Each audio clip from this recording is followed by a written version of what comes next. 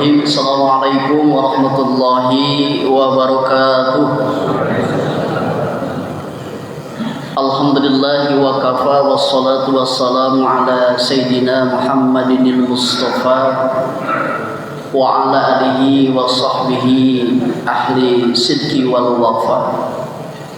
Asyhadu an la ilaha illallah wahdahu la syarika lah, wa asyhadu anna Muhammadan abduhu wa rasuluhu la nabiyya ba'dah. Allahumma shalli wa sallim ala Sayyidina Muhammad wa ala ali Sayyidina Muhammad. Puji syukur kita panjatkan kehadirat Allah Subhanahu wa taala. Salawat dan salam semoga tercurah terlimpah pada baginda kita, junjunan kita, idola kita. Dan kebetulan sekarang kita menginjak di bulan Rabiul Awal, tepatnya tanggal 11 Rabiul Awal. Kita mengenang lahirnya sosok manusia yang sempurna di hadapan Allah. Beliaulah Nabi Muhammad sallallahu alaihi wasallam. Hadirin yang dimuliakan Allah, bapak-bapak, ibu-ibu, para pejuang subuh yang insyaallah kita sekarang berada di taman-taman surganya Allah di dunia. Dan insyaallah kita akan bersama-sama bertemu nanti di surganya Allah Subhanahu wa taala. Hadirin rahimakumullah, di zaman sekarang ini banyak orang yang memberi contoh tapi sedikit yang menjadi contoh. Kalau memberi contoh mah gampang, banyak. Tapi kalau yang jadi contoh itu susah. Makanya kenapa Rasulullah SAW dijadikan contoh oleh kita. Bahkan Allah pun menjadikan beliau ini model. Bukan bintang film, Pak. Model. Laqad kana lakum fi Rasulillahi uswatun hasanah. Dari akhlak beliau ini Allah jadikan model sebagai manusia yang sempurna. Makanya alasannya kenapa kita mencontoh Rasulullah, setidaknya ada dua alasan. Yang pertama adalah karena beliau ini manusia seperti biasa, seperti kita. Kalau misalnya kambing disuruh niru ayam, itu perintah tewaras, Pak. Banyak kambing disuruh niru ayam, kambing mah pasti niru kambing, ayam niru ayam. Nah, manusia pasti disuruh meniru manusia. Nabi kita ini bukan malaikat. Nabi kita ini bukan dewa, bukan jin. Manusia seperti biasa. Hanya kualitas dan isinya beda dengan manusia pada umumnya. Makanya dikatakan apa? Basyarun la kal basyar. Manusia tapi kualitasnya beda dengan manusia yang lain. Misalnya contoh Bapak dan Ibu, kalau Nabi tidur tidak? Kita tidur tidak? Nah, tidur kita dengan tidur Nabi jelas beda. Kalau tidur bapak-bapak, blek tekaok ngambe bantal. Mata dan hatinya itu tidur, tapi kalau Nabi matanya saja yang tertidur tapi hatinya tidak pernah tidur. Nabi berkeringat tidak, Pak? Berkeringat. Kita berkeringat. Tapi keringat kita dengan keringat Nabi beda. Kalau keringat Nabi, Masya Allah, harum semerbak. Minyak kasturi yang pada saat itu tidak ada parfum. Kalau keringat kita, ya asem.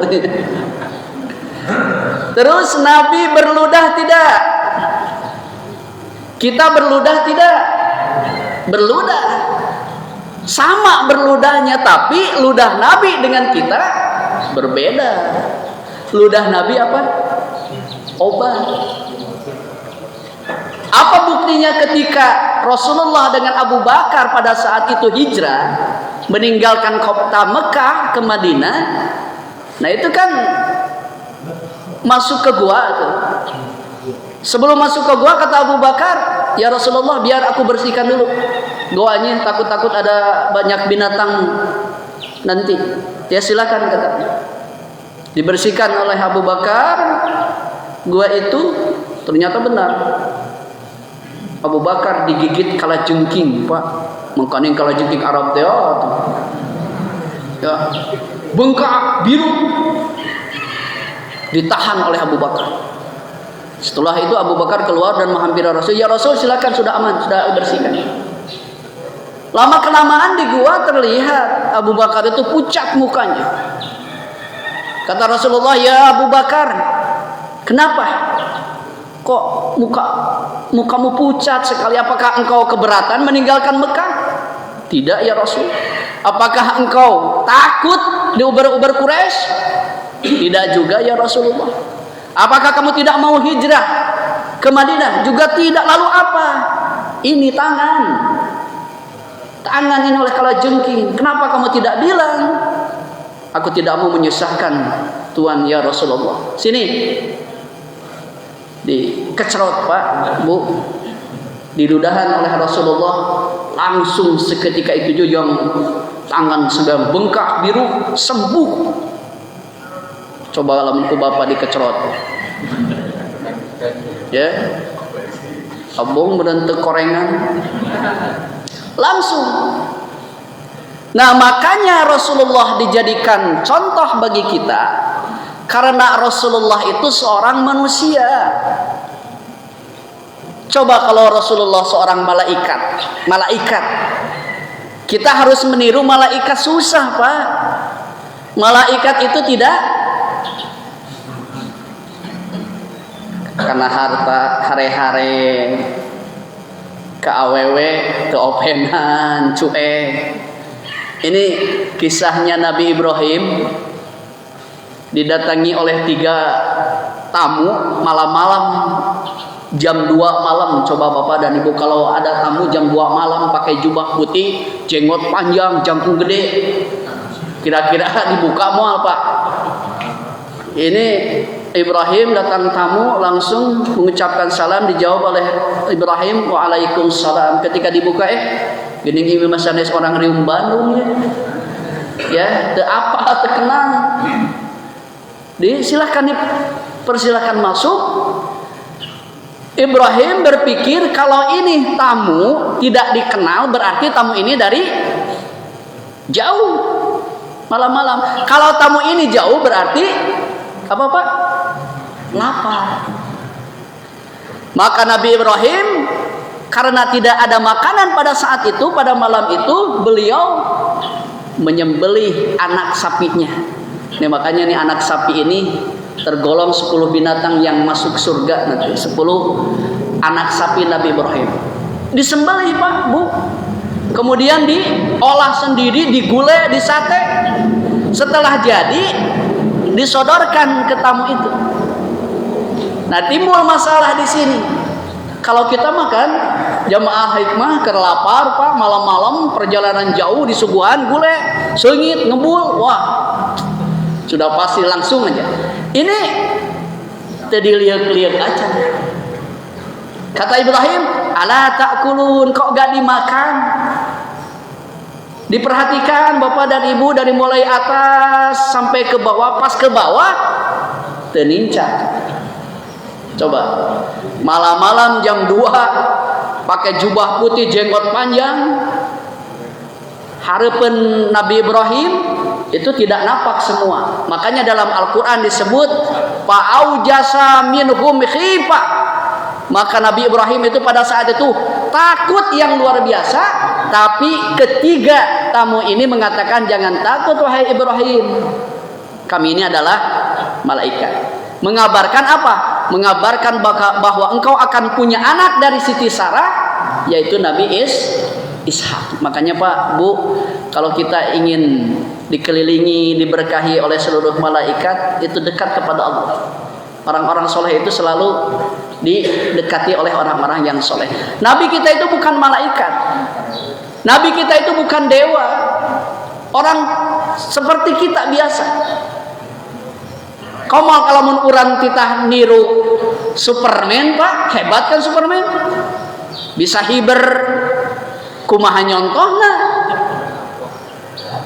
Lagian kan celana dalam lagi di luar. Hese, tapi karena Rasulullah ini adalah manusia biasa, ya kita contoh. Itu yang pertama. Yang kedua, kenapa kita mencontoh Rasulullah? Karena Rasulullah ini adalah multidimensi. Apa multidimensi? Di semua tempat ada.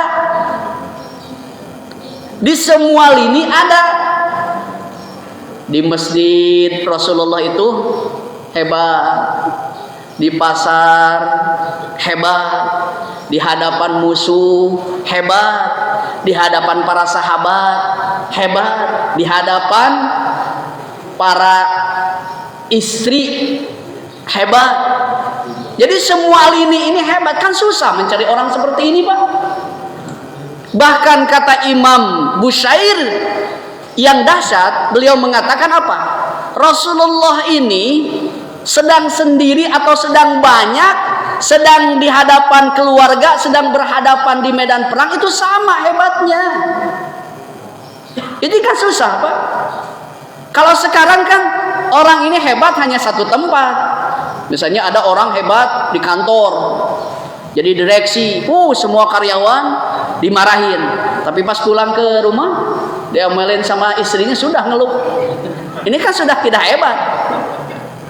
Tapi Rasulullah bahkan yang menjadi panutan kita untuk hidup sakinah mawaddah warahmah itu contoh dari rumah tangga Rasulullah Shallallahu Alaihi Wasallam. Kalau Nabi Isa tidak bisa dijadikan contoh bagaimana rumah tangga yang sakinah mawaddah warahmah, betul nggak? Kenapa? Karena Nabi Isa tidak sempat nikah. Bagaimana mau tanya bagi rumah tangga yang sakinah mawaddah warahmah? Tapi Rasulullah, hadirin rahimakumullah, ini kepribadian Rasulullah Shallallahu Alaihi Wasallam. Ada kisah yang sangat terharu bagi kita, hadirin rahimakumullah, menjelang ini kita sama-sama memperingati kelahiran beliau. Suatu hari Jibril datang kepada Rasulullah Shallallahu Alaihi Wasallam. Kemudian Jibril mengatakan, ya Rasulullah, hari ini Allah sedang mengobarkan api yang bergejolak di neraka. Jadi neraka ini sekarang sedang bergejolak-gejolaknya api neraka ini sekarang, kata Jibril. Sampai-sampai malaikat semuanya takut. Ini Allah kenapa mengorbankan api yang sangat bergejolak hari ini? Nah, kata Jibril, saya teringat ada orang yang sangat dicintai oleh Allah, orang yang kasih sayang rahmatan lil alamin, yaitu engkau wahai Rasulullah Shallallahu Alaihi Wasallam. Makanya aku kesini. Terdiam sejenak Bapak Rasulullah Shallallahu Alaihi Wasallam. Kemudian Rasulullah bertanya, wahai Jibril, coba engkau jelaskan bagaimana itu keadaan neraka. Keadaan neraka, kata Jibril, ya Rasulullah, neraka itu berlobang-lobang, bertingkat-tingkat, ada 7 tingkat neraka itu nanti. Dari tingkat 1 ke tingkat 2 itu ditempuh dengan perjalanan 70 tahun, Bapak dan Ibu. Dari tingkat 2 ke tingkat 3 70 tahun lamanya. Lalu kata Nabi, siapa yang menghuni tingkatan-tingkatan itu ya wahai Jibril? Tingkatan yang pertama, artinya tingkatan neraka yang paling dasar, itu akan dihuni oleh orang-orang munafik. Apa itu munafik? Beungeut jeung hareup hate mungkir. Munafik itu ada munafik ibadah, ada munafik akidah. Ini munafik akidah yang tidak akan ada ampunan dari Allah. Bidarkil asfal, akan ditempatkan di paling dasar di neraka jahanam. Kalau munafik ibadah itu apa? Apabila berkata bohong, itu munafik akhlak ya. Ada munafik ibadah. Munafik ibadah itu apa? Dia mengaku sebagai muslim, tapi dia enggan melakukan apa yang diperintahkan oleh Allah. Kalau munafik akhlak, apabila berkata dusta, apabila berjanji ingkar, apabila diberi amanat khianat. Nah, munafik akidah ini sudah keluar dari ajaran Allah. Fidarkil asfal. Dan tingkatan neraka yang kedua itu akan dihuni oleh orang-orang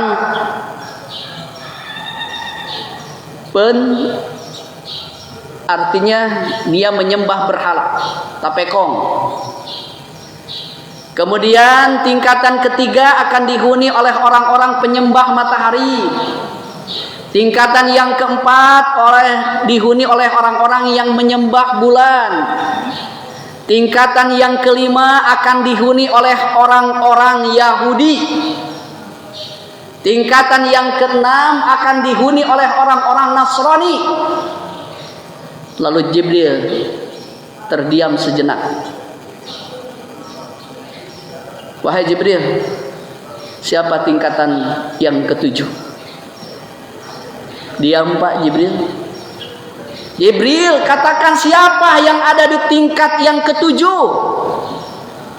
Baru Rasulullah mengatakan, wahai Rasulullah, tingkat yang ketujuh akan dihuni oleh umatmu yang banyak berdosa, banyak bermaksiat, tapi tidak sempat bertobat kepada Allah. Umatmu yang banyak berbuat dosa, berbuat maksiat, tidak sempat bertobat, maka akan menginjak di neraka yang nomor 7. Mendengar ucapan Jibril, hadirin rahimakumullah, Rasulullah langsung jatuh pingsan pada saat itu di pangkuan Jibril. Sejenak Rasulullah terbangun dan masih sempat mengatakan, wahai Jibril, apakah betul ada umatku yang akan masuk neraka? Karena apa Pak, Ibu? Allah pernah bertanya kepada Rasulullah, ya Rasulullah, apa sih yang membuatmu bangga? Apa yang membuatmu bahagia? Apa yang membuatmu tenang? Kata Rasulullah, apa? Yang membuatku bahagia, yang membuatku tenang, jika semua umatku masuk surga, ya Allah. Itu. Makanya Nabi Adam, Nabi Musa pernah mengatakan kepada Allah, ya Allah, apa sih keistimewaan Rasulullah sampai engkau sangat mencintainya? Ketahuilah wahai para rasul, istimewanya Rasulullah Muhammad SAW, dia menginginkan semua umatnya masuk surga. Apa kata Nabi Musa, Nabi Adam? Kalau begitu ya Allah, jadikan aku umat Rasulullah SAW. Pingsan Pak saat itu. Terbangun masih menanyakan, apa betul umatku yang akan masuk neraka wahai Jibril? Betul ya Rasulullah. Dan pada saat itu juga mendengar jawaban yang kedua dari Jibril, Rasulullah langsung menghadap ke kiblat, langsung sujud pada saat itu. 3 hari 3 malam menurut cerita, Rasulullah tidak bangun pada saat itu. Sujud terus, kecuali kalau ada Bilal azan, baru beliau bangkit mengimami, kemudian sujud kembali. Dalam sujud beliau mengatakan, ummati, ummati, ummati. Alangkah sedihnya Rasulullah mendengar ada umatnya yang akan masuk neraka. Diketahui oleh Jibril, oleh siapa? Abu Bakar. Maka Abu Bakar langsung menuju rumah Rasulullah, diketuknya, diucapkannya salam, tetapi tidak ada pengaruh Pak. Tidak ada respon dari Rasulullah, tidak menjawab salam, tidak apa. Terus aja sujud Rasulullah. Alangkah sedihnya Abu Bakar langsung meninggalkan tempat itu, dan di tengah jalan Abu Bakar bertemu dengan Umar bin Khattab. Diceritakanlah keadaan Rasulullah. Lalu Umar bin Khattab juga menuju rumah Rasulullah, diketuknya, diucapkannya salam, sama tidak ada respon, tidak menjawab, bahkan tidak membuka pintu. Menangislah Umar bin Khattab. Kemudian beliau juga pulang, di tengah jalan bertemu dengan sahabat Salman Al-Fariji. Diceritakanlah keadaan Rasulullah. Tapi Salman tidak seperti Abu Bakar dan Umar menuju rumah Rasul, tapi Salman Al-Fariji menuju putrinya siapa? Fatimah binti Zahra binti Muhammad. Fatimah Zahra binti Muhammad. Diceritakanlah keadaan Rasul, kemudian putrinya Fatimah menuju rumah Rasul, diketuknya, diucapkannya salam, baru pada saat itu mendengar suara merdu, suara salam putrinya. Rasulullah bangkit dan membuka pintu. Alangkah menangisnya Siti Fatimah, hadirin rahimahumullah, melihat keadaan Rasulullah yang kurus pucat. Dipeluknya ayahnya itu, "Ya Rasulullah, kenapa engkau sampai seperti ini?" Apa jawab Rasulullah? "Wahai putriku, bagaimana aku tidak sedih? Bagaimana aku tidak kecewa? Ada umatku yang akan masuk neraka nanti, wahai putri." Itulah cintanya Rasulullah kepada kita, Bapak dan Ibu. Luar biasa. Bahkan ketika Rasulullah dicabut nyawa oleh Allah melalui Jibril, di situ Israil, apa kata Rasulullah? Dahsyat sekali sakaratul maut ini. Tapi walaupun Rasulullah sedang mengalami sakitnya sakaratul maut pada saat itu, beliau memohon, Bapak dan Ibu, "Ya Allah, cukup aku saja yang mengalami sakaratul maut yang sedahsyat ini. Jangan engkau timpakan rasa sakit ini kepada umat-umatku." Kemudian nanti pada saat dibangkitkan dari kubur, orang yang pertama kali akan dibangkitkan oleh Allah melalui malaikat Jibril adalah Rasulullah. Cari kuburan Rasulullah, kata Allah. Itu akan dengan mudah, Bapak dan Ibu, karena dunia ini sudah, Masya Allah, sudah rata semua. Tapi mencari kuburan Rasulullah itu gampang. Bersinarnya kuburan Rasulullah di Raudhah itu memancar sampai ke Sidratul Muntaha. Maka dibangkitkan oleh Jibril. Apa yang dikatakan oleh Rasulullah? "Wahai Jibril, ayu yaumin hada?" Hari apa ini? Dan pertanyaan yang kedua apa? "Ya Jibril, aina ummati?" Di mana jamaah Masjid Al-Hikmah, ya Jibril? Di mana umat-umatku, ya Jibril? Presiden mana, pemimpin mana yang pertama kali nanti dibangkitkan, yang mengatakan di mana rakyatku, di mana umatku? Beliau tidak mengatakan di mana istriku, di mana anakku, di mana cucuku, tapi yang mengatakan aina ummati.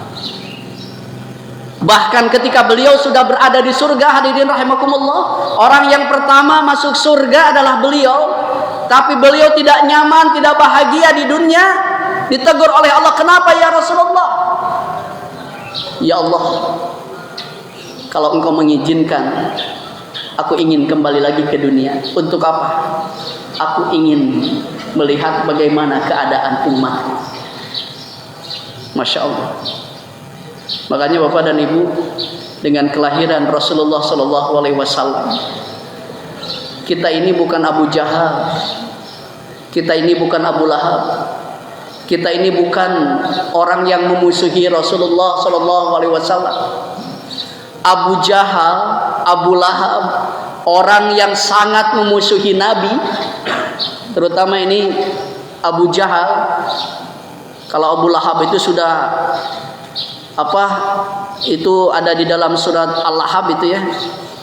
Dia dan istrinya itu sudah sudah betul-betul kafir.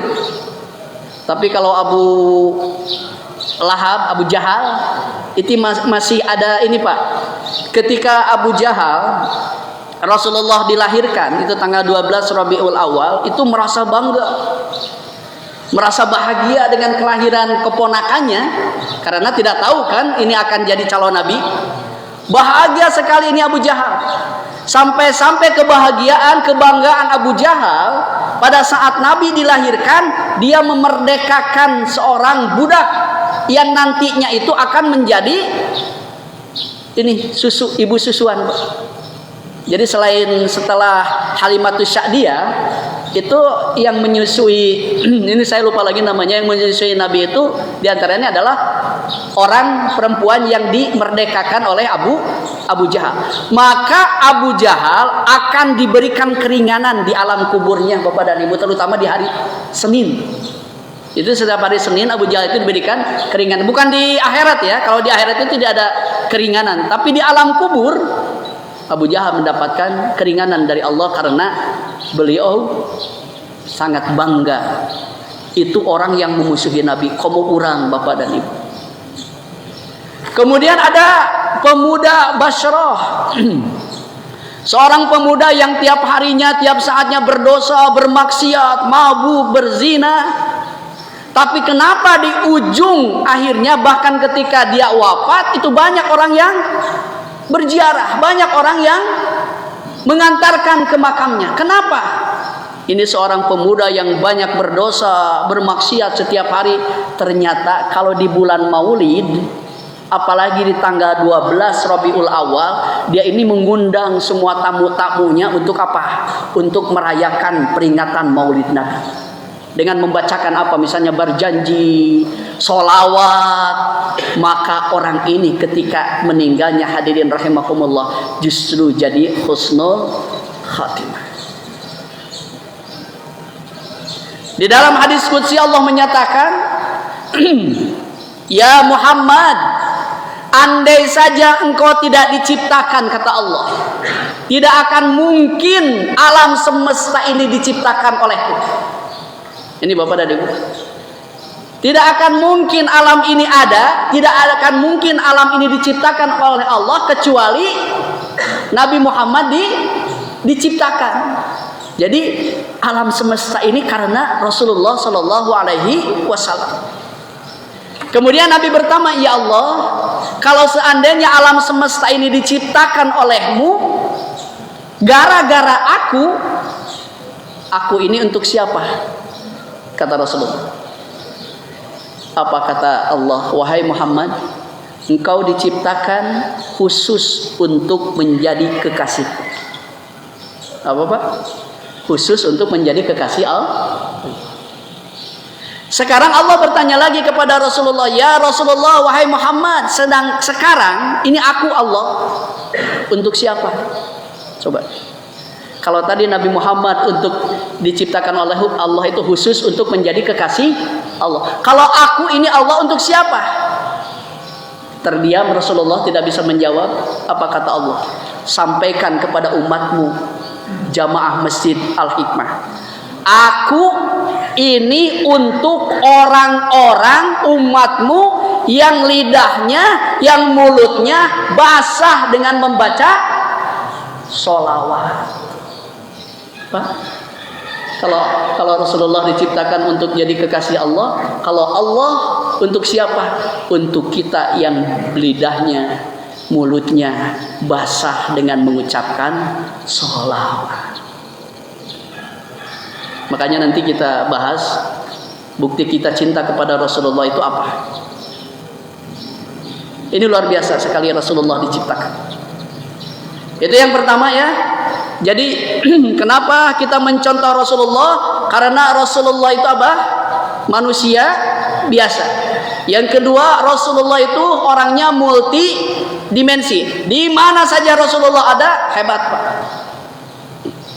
Misalnya kalau Bapak bertanya, Pak, saya ini seorang pengusaha. Rasulullah, Pak, Rasulullah pedagang yang sukses. Bahkan Rasulullah itu 9 tahun sudah berdagang keliling, bukan hanya kelilingnya itu ke wilayah, beda kecamatan, Gede Bage, Rencasari misalnya. Rasulullah itu lintas negara Pak, 9 tahun ke Sam, ke Syria.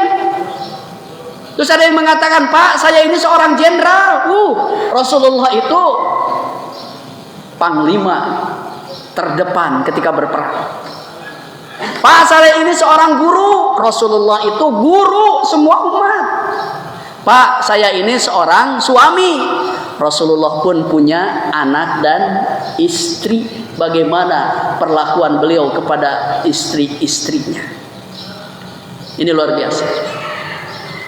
Nah, sekarang poin yang kedua tiada lain adalah apa yang kita contoh dari Rasulullah. Apa yang kita contoh dari Rasulullah? Pertama, Rasulullah ini sejak kecil itu sudah ditimpa dengan apa? Kesusahan, Pak. Rasulullah itu tidak manja. Sayyidatul Aminah ketika beliau melahirkan itu tidak didampingi oleh suaminya Abdullah. Pada saat umur 4 bulan di dalam perutnya itu Rasulullah sudah ditinggalkan oleh ayahnya. Maka ketika Siti Aminah melahirkan itu tidak ada suaminya di sampingnya, remuk hatinya, sakit jiwanya, Pak, Ibu. Tapi Allah menghiburnya ketika Siti Aminah melahirkan. Siapa yang membantu persalinan pada saat itu? Pertama, Siti Hawa, istrinya Nabi Adam. Yang kedua, Siti Asia, istrinya siapa? Fir'aun. Yang ketiga, Siti Maryam, ibundanya siapa? Nabi Isa.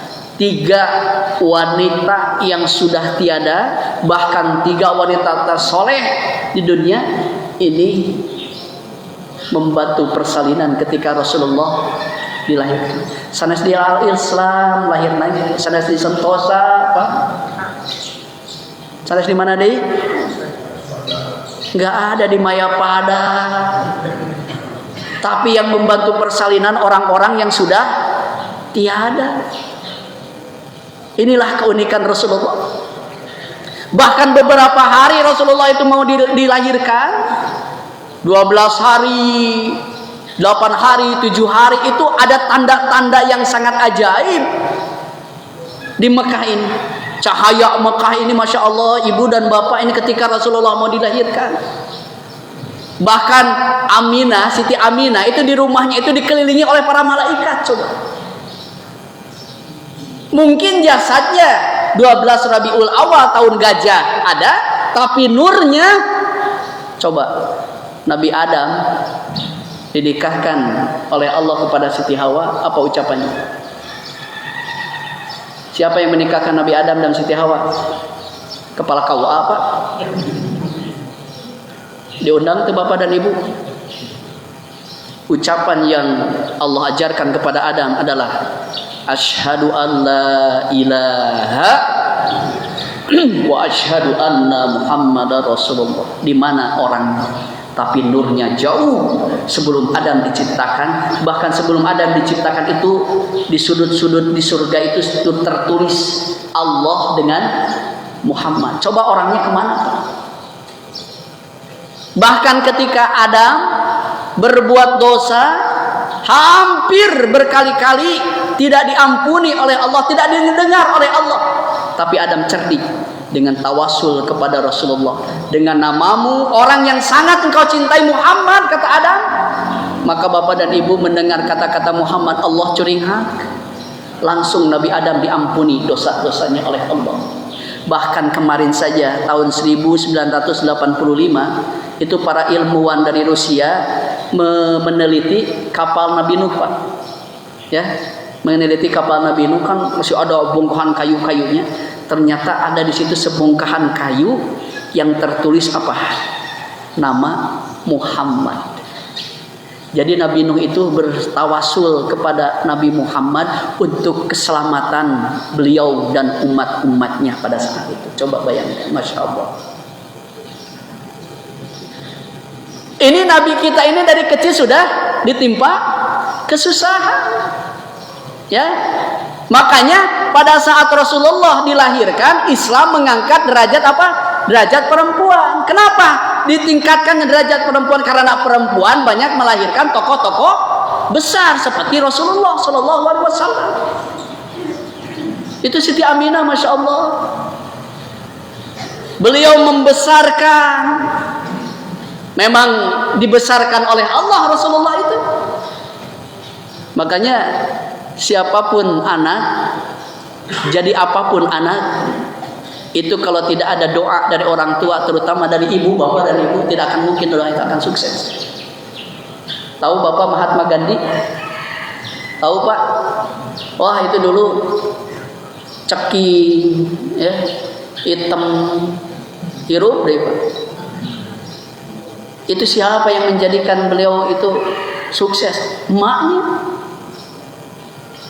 Kata ibunya, Gandhi, belajar kamu nak. Gandhi, sekolah kamu nak. Kalau perlu kamu sekolah di Inggris.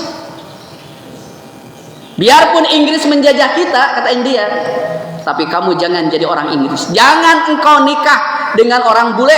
Jangan sentuh minuman-minuman keras. Gandhi jadi orang besar. Itu berkat emaknya. Di kita juga kan. Dewi Sartika di Jawa Barat. Kemudian siapa? Kartini di Jawa Tengah. Kemudian Fatmawati di Bengkulu, sang pembuat apa? Bendera merah putih. Di Aceh ada siapa? Laksamana Mahaliyati, disusul dengan Cut Nyadin, disusul juga dengan Cut Cut Mei dan cut yang lain. Ini kalau dari kecil sudah ditimpa kesusahan, orang itu kalau biasa hidup susah, itu kesananya kalau mendapatkan kesusahan kan tidak asing lagi. Misalnya saya santri, di pesantren saya biasa makan kangkung, tempe, tahu, itu biasa. Pas misalnya saya diajak ke rumah teman, disuguhin kangkung, tempe, biasa. Tapi saya ketika itu disuguhin ayam, daging, makan pasti lebih lahap. Saya santri biasa tinggal di masjid, tidur di karpet. Diajak tidur di hotel. Pulas nggak Pak? Pulas. Coba kalau yang tidak biasa hidup susah, yang tidak biasa hidup tidur di masjid, diajak di masjid, encok. Rasulullah itu susah. Berdagang, Bapak dan Ibu umur 9 tahun itu sudah berdagang. Tapi apa hasilnya? Jangan dikira Rasulullah itu gratis. Meminang Siti Khadijah 1000 onta, Bapak dan Ibu pada saat itu. Coba kalau onta itu 25 juta, sekarang kali 1000 sudah berapa miliar itu. Dari hasil apa itu? Bukan korupsi. Bukan. Berdagang Rasulullah itu. Itu yang pertama. Yang kedua, yang kita contoh dari Rasulullah apa? Dari aspek ibadahnya Bapak dan Ibu. Siapa manusia yang paling bersih hatinya? Siapa? Rasulullah. Siapa manusia yang paling baik akhlaknya? Rasulullah. Siapa manusia yang sudah dijamin kalau beliau punya dosa akan diampuni dosanya? Rasulullah. Siapa yang dijamin punya tiket masuk surga? Rasulullah. Tapi ibadahnya Masya Allah, sholatnya sampai bengkak-bengkak Bapak dan Ibu kakinya. Kalau sampai bengkak-bengkak berarti apa? Dan saya juga tahu Bapak di sini bengkak-bengkak kakinya. Tapi apa? Kenapa sampai bengkak-bengkak? Ya Allah, Siti Aisyah menceritakan istrinya. Pada tengah malam sehabis Isya aku tertidur, kemudian aku terbangun, suamiku sedang sholat. Tengah malam aku tertidur, terbangun kembali melihat suamiku masih sholat. Di sepertiga malam aku terbangun melihat suamiku masih sholat. Masya Allah, sholat Bapak. Ternyata kenapa sholatnya sampai bengkak-bengkak? Yang dibaca oleh Rasulullah di sholat tahajud itu setelah Al-Fatihah tidak kurang 1 rakaat itu yang dibaca setelah Al-Fatihah surat Al-Baqarah dengan surat Ali Imran Pak. Al-Baqarah berapa ayat? 286 ayat. Ali Imran berapa? 200 ayat. Jadi 1 rakaat itu hampir 500 ayat. Ibu dan bapak, adik ibu sabar ayat. Nggak jauh dari trikul lah. Jujur dah sholat lagi pengen pengen rusuh. Kau mau lamun di masjid ini ya di bulan Ramadan Imamnya panjang, bacaannya lama, dicirian. Mau ada ka dia deui. Rasulullah 500 ayat itu dalam satu rakaat. Jadi semakin bersyukur Rasulullah itu. Ini saya pernah mendengar juru ceramahnya Kiai Zainuddin MZ. Sebelum beliau wafat, beliau pernah menghadiri haul Maulana Malik Ibrahim di Gresik yang ke-609. Kata beliau, pada saat haul ada ucapan ada kalimat yang diucap-ucap berulang-ulang kali, tiada lain adalah kata-kata ana Abdullah, ana Abdullah, ana Abdullah. Itu diucapkan beratus-ratus kali, bahkan beribu-ribu kali. Artinya apa, Pak? Saya hamba Allah. Kata yang lain Pak Zainuddin, itu mah biasa. Kita kan hamba Allah. Iya, biasa. Tapi mari kita gunakan jadi luar biasa. Mohon maaf Bapak dan Ibu. Ibu dan Bapak hamba Allah bukan? Hamba Allah bukan, Pak? Sarusaha. Bu, hamba Allah bukan, Ibu? Kata siapa? Ngaku ya. Itu ngaku kan? Kalau ngaku itu gratis enggak, Pak? Gratis ngaku. Tapi kalau pengakuan itu datangnya dari Allah, itu mahal harganya. Kalau pengakuan dari kita seperti kita hamba Allah, murah. Karena yang diakui sebagai hamba Allah itu hanya Rasulullah sallallahu alaihi wasallam. Subhanalladzi asra bi 'abdihi. Dalam tafsir yang lain itu namanya bi Muhammadin. Maha suci Allah yang telah memperjalankan hambanya, memperjalankan Muhammad. Kenapa? Sebelum Allah mengatakan abdun, hamba, itu Rasulullah Masya Allah sebelum peristiwa Isra Mi'raj itu yang namanya ujian, cobaan itu bertubi-tubi Bapak dan Ibu. Nah sekarang coba, kenapa kita tidak diakui sebagai hamba Allah? Bukan tidak, mungkin. Mudah-mudahan kita diakui ya Bapak dan Ibu. Mudah-mudahan. Mulut mengatakan hamba Allah, tapi perilaku, sifat, tabiat bukan hamba Allah. Hamba duit, hamba dunia, hamba jabatan. Banyak orang yang demi jabatan, demi dunia, Masya Allah, dia korbankan jabatan. Makanya peringatan keras dari Nabi, idza azomat ummati dunya nuzi'at minha haibatul Islam. Jika umatku nanti sudah mengagung-agungkan dunia, mengagung-agungkan materi, semuanya dilihat, dinilai dari keduniaan, maka akan dicabut, kata Allah, kehebatan Islam dalam dirinya. Islam itu sudah tidak ada wibawa Bapak dan Ibu di tengah-tengah umat yang lain, karena kita ini murah. Demi jabatan, demi uang. Apa penyakitnya? Hubbud dunya wa karahiyatul maut. Cinta dunia, takut. Kita ini mayoritas. Tapi mayoritas kita, jumlah kita banyak, itu centang perana. Bagai buih di lautan, tidak ada kualitasnya. Karena kita sudah mengorbankan akidah. Jadi banyak orang yang mengatakan saya hamba Allah, tapi sifatnya, tabiatnya dia hamba duit, hamba jabatan, bahkan hamba setan. Nauzubillah summa nauzubillah. Yuk kita jadi hamba Allah yang seutuhnya. Yuk mah ari kergering we hamba Allah. Ya Allah, ya Allah, astagfirullah, astagfirullah.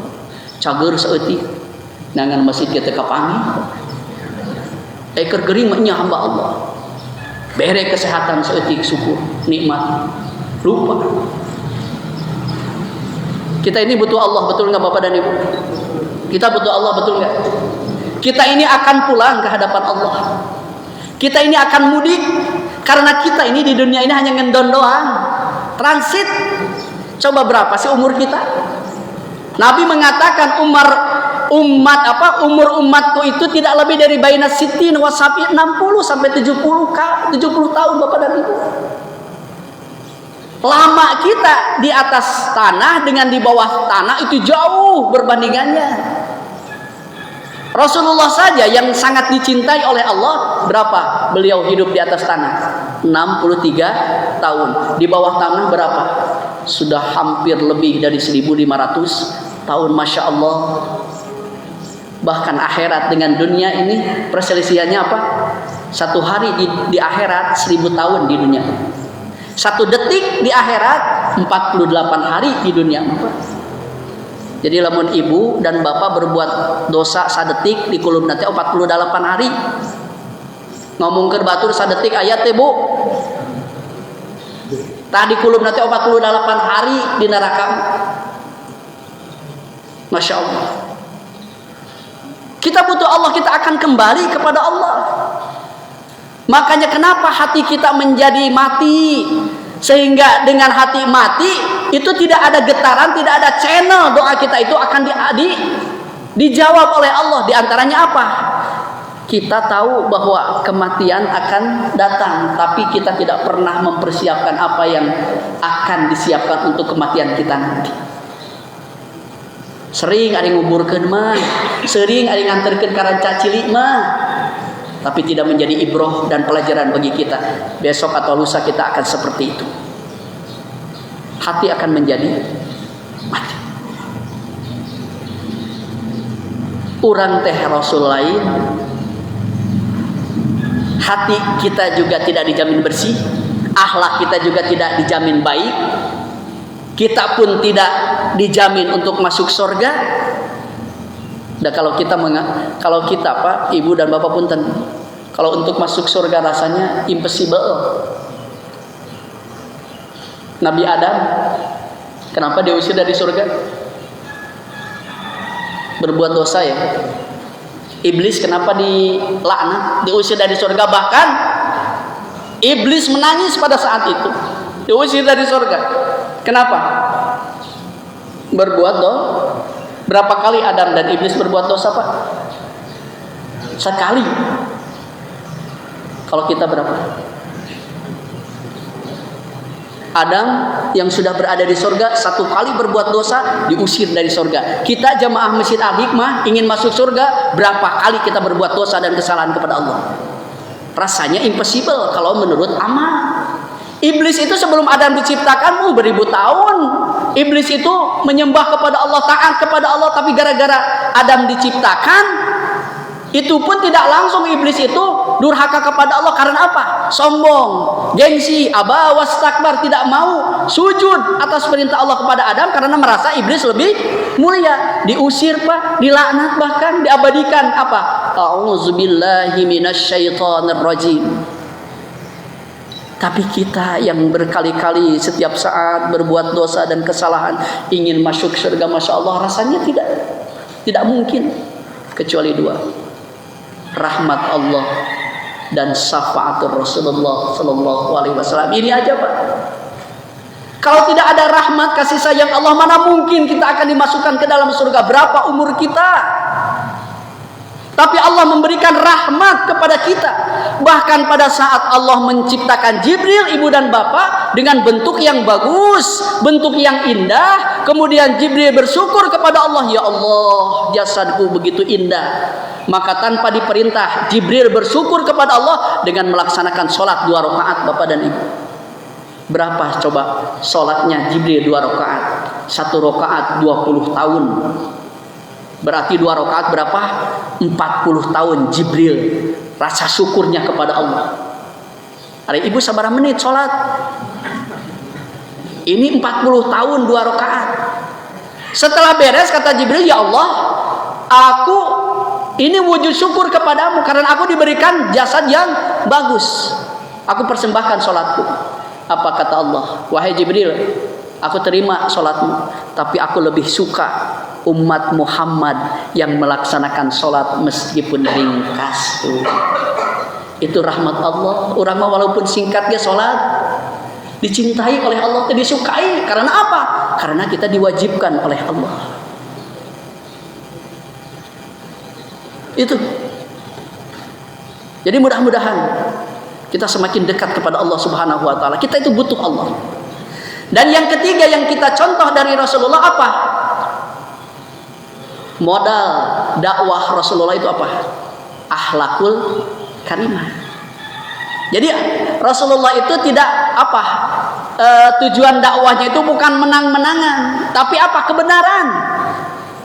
Rasulullah itu mengajak, bukan mengejek. Rasulullah itu pakai argumen, bukan sentimen. Rasulullah itu merangkul, bukan memukul. Jadi yang beliau tanamkan dalam dakwahnya apa? Kebenaran. Makanya sekarang di zaman sekarang itu Pak, Ibu, yang namanya pemimpin itu harus apa? Harus laras dengan rakyatnya. Harus cocok dengan rakyatnya. Ibarat imam, pilih imam yang disukai oleh makmum. Kalau misalnya di sini suka tahlil, ya pilih imam yang suka tahlil. Kalau di sini misalnya sukanya kunut, ya pilih. Jangan misalnya kalau yang namanya bab imam itu pasti ada dalam fikih. Kalau bab makmum kan nggak ada. Makmum mau buta ke, mau tuli ke, mau torek, mau apa, mau paseh atau tidaknya, tidak ada urusan makmum harus dites. Pak, ini saya punya teman pengen sholat di sini, tapi budeg, bisa nggak? Bisa. Tapi kalau imam kalau yang sudah tidak nyambung dengan makmumnya, ini repot. Pemimpin yang sudah tidak nyambung dengan rakyatnya, susah. Makanya jadi imam itulah nyusahkeun makmum. Ya mah salat maghrib setelah Al-Fatihah bacanya Al-Baqarah. Kan makmum teh macam-macam ya Pak. Harus dilihat kondisi. Aya makmum yang biasanya encok ditingkuheun Pak. Oh ini. Aya makmum yang nanti setelah sholat itu sudah janjian akan dapat komisi. Ya lila. Kan karunya. Jadi pilih imam itu yang nyambung dengan makmum. Pilih pemimpin itu yang nyambung dengan rakyatnya. Kadang-kadang masyarakat kita itu sekarang itu kayak apa ya? Kayak daun kering Pak. Tahu daun kering? Gampang kaget, gampang heran. Itu daun kering, susah dikumpulin, gampang dibakar. Kita macan genaun, heran, terkaget. Itu masyarakat kita kutil, kurang teliti, kudis, kurang disiplin. Itu masyarakat kita sekarang. Dan yang terakhir Bapak dan Ibu, lalu apa? Bukti kita cinta kepada Rasulullah. Nih terakhir, bukti kita cinta kepada Rasulullah 5S. Berapa? 5S. 1, sholawat. Baca Pak sholawat setiap kali. Innallaha wa malaikatahu yusalluna 'alan nabi ya ayyuhalladzina amanu sallu 'alaihi wa sallimu taslima. Allah saja dengan para malaikat bersolawat kepada Nabi. Maka umatnya ini ya Allah yang kita mencintai Rasulullah, Masya Allah. Kalau kita bersolawat 1 kali maka akan diganti oleh Allah 10 kali. Tadi Allah ini untuk siapa? Allah ini untuk umat Nabi Muhammad yang lidahnya, mulutnya basah dengan membaca salawat. Salawat apa saja Pak? Ada yang saya suka itu salawat tibul qulub. Apa salawat tibul qulub itu? Doa dari segala penyakit ya. Hafal Ibu? Bapak hafal? Coba kita sama-sama bersolawat ini sambil menyambut kelahiran Nabi ini besok ya, tanggal 12 Rabiul Awal. Mangga. Allahumma sholli ala sayyidina Muhammadin tibil qulubi wa dawaiha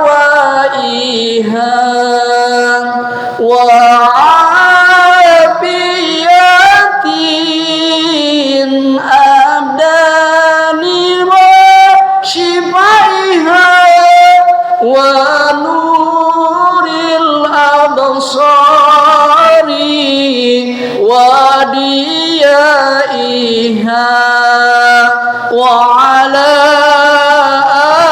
alihi wa sahbihi wa sallim. Sekali lagi, coba kalau anggota badannya ada yang merasa sakit, kakinya seperti tingkuhan, encok, pegang kepalanya yang suka pusing, insya Allah ini salawat ini akan menyembuhkan segala penyakit, termasuk dompet nak pegang, ya, insya Allah keluar anger. Ya, kita sama-sama semua penyakit jasmani dan rohani dengan salawat ini insya Allah Allah akan hilangkan. Mangga. Allahumma salli ala sayyidina Muhammadin tibil qulubi wa dawaiha wa afiyatin abdani wa shifaiha wa nuril absari wa diyaiha wa ala alihi wa sahbihi wa sallim. Insyaallah kita akan mendapatkan syafaatul uzma khususnya jamaah Masjid Al-Hikmah ini. Yang kedua, yang kedua, salat. Kenapa harus salat? Kenapa diawali dengan salat? Karena salat merupakan amalan yang pertama kali akan dihisab nanti di yaumil kiamat. Bahkan Rasulullah di dalam salatlah diabadikan ketika Rasulullah peringatan Isra Mi'raj, bertemunya Rasulullah di Sidratul Muntaha dengan Allah, itu diabadikan dalam tasyahud awal dan akhir. Kata Rasulullah apa ketika bertemu? At-tahiyyatul mubarakatus salawatut thayyibatu lillah. Dijawab oleh Allah, assalamu alayka ayyuhan nabiyyu wa rahmatullahi wa barakatuh. Maka dijawab lagi oleh Nabi. Coba bayangkan Pak, Allah memuji Rasulullah, tapi Rasulullah mah teu bekah irung Pak. Tidak mau hanya Rasulullah dipuji oleh Allah. Kata Rasulullah apa? Ya Allah, puji juga umatku jamaah Masjid Al-Hikmah. Apa? Assalamu alayna wa ala ibadillahi sholih. Itu kesejahteraan bagi hambamu umat Muhammad. Ini Rasulullah. Salat, ya. Jaga salat 5 waktu, bukan hanya yang wajib saja, teruskan yang sunat-sunatnya. Yang memang ini disunatkan oleh Rasulullah Sallallahu Alaihi Wasallam. Rawatibnya, apa itu rawatib? Salat yang mengiringi salat 5 waktu. Ada muakkad, ada goer muakkad. Arti muakkad itu yang mendekati salat wajib. Ada berapa? 10 rakaat. Ini yang istilahnya pertahankan oleh kita yang tidak Rasulullah tinggalkan. 1, 2 rakaat sebelum duhur, 2 rakaat setelah duhur. Berarti berapa?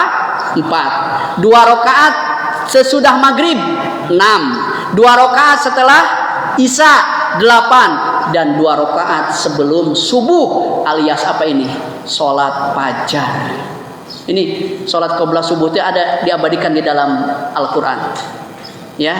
2 salat sunat yang diabadikan di dalam Quran adalah salat tahajud dengan salat fajar. Salat fajar itu apa? Salat sebelum subuh. Ini jangan sampai kita tinggalkan, karena salat fajar ini disaksikan oleh seluruh malaikat. Tadi kita adzan subuh. Nah, setelah adzan subuh, sholli sunnata subhi qobliyatan rakaataini. Itu salat fajar akan disaksikan oleh malaikat. Salat. Yang ketiga, Bapak dan Ibu, apa? Syukur. Ini yang selalu Nabi laksanakan, rasa syukur. Nikmat yang Allah berikan kepada kita itu tidak terhitung Bapak dan Ibu setiap saat. Dari mulai kita tertidur sampai kita tidur kembali, bahkan di dalam tidur itu, Masya Allah, nikmat Allah itu terus. Apakah Allah pernah memasang pajak matahari Pak? Apakah Allah pernah memasang pajak oksigen kepada kita, Pak? Berapa kalau Allah pasang pajak matahari, oksigen dan lain sebagainya kepada kita? Itu merupakan nikmat yang Allah berikan kepada kita. Rasul saja yang dijamin masuk surga, tapi sholatnya sampai bengkak-bengkak. Komo urang beren Pak, jadi jamin abu surga jadikan nama kuduluwi rajin ti Rasulullah sallallahu alaihi wasallam. Yang keempat, sabar. Ini yang dilakukan Rasulullah. Sabar ada batasnya tidak? Sabar ada batasnya tidak? Kenapa tidak ada batasnya? Ibu, kenapa tidak ada batasnya? Karena sabar pahalanya surga. Kalau sabar pahalanya kulkas, kompor berwarna atau apa, pasti sabar ada batasnya. Karena sabar tidak ada batasnya, maka sabar itu apa? Surga. Salamun alaikum bima sobartum, kata Allah. Selamat bagi kamu, silahkan masuk ke dalam surga karena kamu duduk di dunia apa? Sabar. Terakhir, yang kelima, bukti kita cinta kepada Rasulullah apa? Sirah. Apa itu sirah? Tarikh, sejarah. Setidaknya kita itu harus tahu sejarah Rasulullah dari mulai apa? Rasulullah dilahirkan sampai beliau wafat kembali. Itu ada Pak di dalam kitab kita Al-Barjanji, ya. Jadi kita membaca berjanji kalau akikah atau apa itu bukan Quran, bukan hadis itu ya. Ya, tapi setidaknya itu Al-Barjanji ini menerangkan bahwa inilah sejarah Rasul. Jadi mulai Rasul lahir, masa kecil, kemudian menikah, diangkat menjadi nabi dan rasul, sampai beliau wafat, semuanya dikarang oleh Imam Al-Barjanji. Disitulah sejarah Rasul ada. Setidaknya kalau kita mengidolakan seseorang, pasti kita tahu kan biografinya si anu ini. Coba ibu dan bapak, berapa isi Rasul? Bu, isi Rasul berapa? 10, 11, 13 Bu. Ini pernah kan ke Al-Jabar, ke museumnya? Itu di situ ada tarikh-tarikh Rasul itu. Makanya jangan kagum dengan itu, baca itu apa tarikh-tarikh Nabi. Ternyata kita itu silsilahnya, kalau dari Abdullah bapaknya Nabi Muhammad, kita itu nyambung nanti ke siapa? Ke Nabi Ismail. Keturunan Nabi Ismail, keturunan Nabi Ibrahim. Beda lagi dengan misalnya dari Siti Aminah kemana, kemudian Khadijah, istri Nabi itu berapa? Istri Nabi itu ada 13 Pak. Cantik mana ibu dan bapak? Siti Khadijah dengan Zainab. Cantik mana? Ini menurut riwayat Zainab itu kalau muka susah berpaling, kalau mata susah berkedip, berarti naon? Wah, gelis luar biasa. Itu Zainab. Tapi harus diingat, dalam bahasa Arab ada jamil, jamilah dengan jamalah. Beda. Kalau jamilah itu fisik, kecantikan fisik. Makanya Bu, wanita tersolehah, wanita yang akan menduduki surganya Allah, tiada lain adalah wanita ketika dipandang oleh suami, maka suami itu semakin cinta kepada istrinya. Eta perempuan yang soleh. Tapi lamun suami melihat semakin rumek, semakin gelut, coba dipikirkan. Istri yang terbaik itu adalah ketika ditutup oleh suami, Masya Allah. Ya, karena rumah tangga itu, ibu dan bapak kan, rumah tangga itu ada dua. Ya, rumah tangga itu ibadah yang paling lama. Yang kedua, rumah tangga itu sekolah yang paling lama. Yang pertama, kalau rumah tangga ibadah yang paling lama, berarti setiap gerak-gerik rumah tangga itu akan menjadi ibadah. Bahkan di dalam kitab Uqulul Jen, tatapannya suami istri itu akan mengundang rahmat Allah turun. Tatapan Bu, sanes pelototan Bu. Jadi saling neuteup eta suami istri, lain neuteup salaki batur, istri batur. Saling tutup Pak, suami istri itu akan mengundang rahmat dari Allah. Sentuhannya suami istri, bahkan hubungan suami istri akan akan diampuni semua dosa dan kesalahan suami istri pada saat itu. Itu kitab Uqulul Jen. Ya, makanya Masya Allah, di dalam rumah tangga itu Rasulullah itu sabarnya luar biasa. Ketika Rasulullah menyuruh untuk dibuatkan teh manis, yang datang teh asin, marah nggak Rasulullah? Bahkan pernah nggak saya sampaikan ini?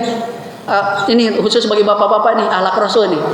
Pak, hoyong tuh diberikan pahala yang besar dari Allah. Mau? 5 Pak, lakukan. 1, selalu memuji istrinya Pak, dengan panggilan yang romantis. Naon contohnya? Bebek, sayang. Ibu suka nggak dipanggil sayang oleh suami? Pak, kenapa istri sangat senang kalau dipanggil romantis, kalau dipuji? Karena kelemahan istri itu tadi dia beja Pak. Iya, kelemahan istri mah. Jadi mau istri dipuji-puji, luar biasa. Tapi ini mengundang pahala besar. 1, jangan menyebut nama, panggillah kata-kata romantis kepada istri. Yang kedua, kalau bapak ingin diberikan pahala besar oleh Allah, selalu mencium istrinya Pak. Bu, suka dicium tada? 5 ibu, Pak, 5 anggota tubuh istri yang tidak boleh dilewatkan untuk dicium oleh suaminya. 1, dicium ubun-ubunnya di sini. Yang kedua, dicium keningnya, dihafalin.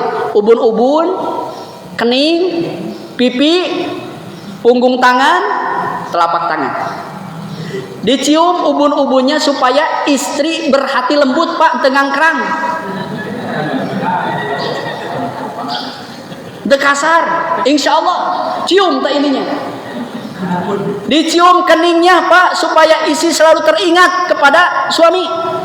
Dan kita itu tidak akan mampu 24 jam mengawasi ya. Tapi kalau dicium insya Allah dengan niat karena Allah, insya Allah istri akan selalu teringat 24 jam kepada suami. Dicium ini pipi supaya istri semakin sayang kepada suami. Dicium punggung tangan supaya istri lebih hormat kepada suami. Dicium telapak tangan supaya istri setia melayani suami. Hafal Pak? Ubun-ubun, kening, pipi, punggung tangan, telapak tangan. Sok praktekin, pahala besar insyaallah. Bu, kayak tagih ya Bu ya. Ketiga Pak, kebiasaan suami yang akan mengundang pahala besar. Yang ketiga, selalu memberikan selalu membantu pekerjaan istri. Ngepel, ngemah wadah. Lain susis ya Pak. Bukan susis, bukan suami takut istri, bukan. Tapi insya Allah Allah akan memberikan pahala besar. Tapi istri ulah kangenahan ya. Ulah jadi tuman. Jadi doraka begitu. Yang keempat, suami selalu ngajak healing, jalan-jalan. Nah, itu teh pahala besar.